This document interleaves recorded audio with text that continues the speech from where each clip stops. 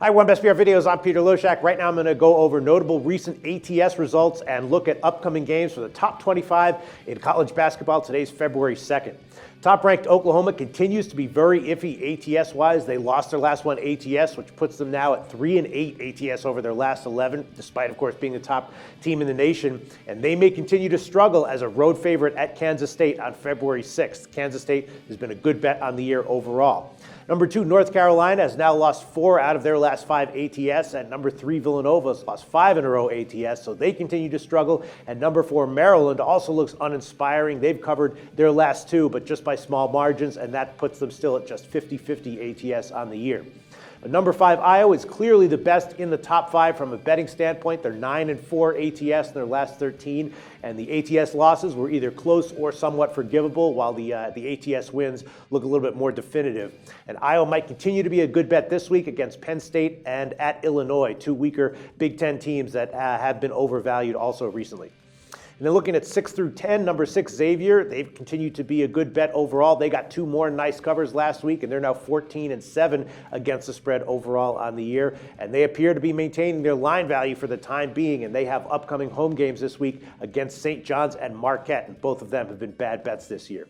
Then number 7, Kansas, though, has been notably bad ATS recently. They lucked into an OT cover as a favorite in their last game, but before that, they had lost 5 in a row ATS, and they just look overvalued right now. And they play at home against Kansas State and then on the road at TCU this week. Both those games, they'll be a favorite, but maybe, again, too big of a favorite. And then number 9, Virginia is also struggling. They got a nice cover in their last game, but they had lost 6 out of 7 before that, and they might struggle again this week on the road at Pitt. Virginia's just 1-6 against the spread on the road this year, despite the win against Louisville on the road in their last game. Then moving on to 11 through 15, number 13, Iowa State is looking pretty strong as a bet. They did lose their last one, but they had covered 4 in a row before that, and in general, their ATS wins look pretty impressive, more impressive than their losses, at least on paper. And they have 2 upcoming road games where they're going to be a small favorite, and I'm looking at the road game at Texas Tech on the 10th as one where Iowa State might have some value.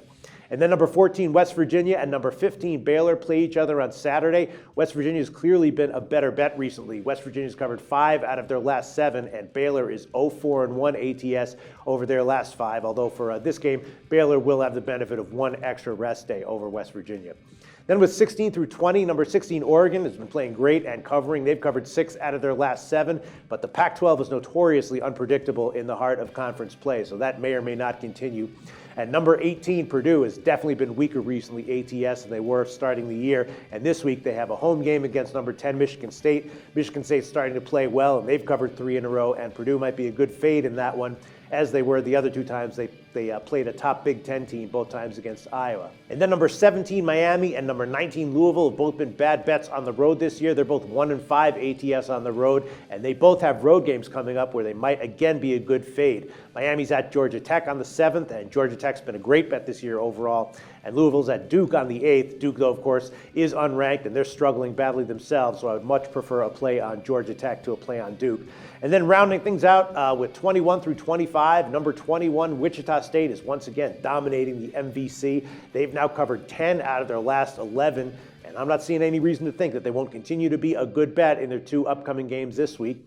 And then number 23, Arizona, might actually have a good spot for a relatively easy and obvious cover on Wednesday the 3rd in a road game against Washington State. Washington State's been awful in conference play, losing most games ATS, and on the road, Arizona shouldn't be too huge of a favorite. And that's my ATS overview of the top 25 for February 2nd.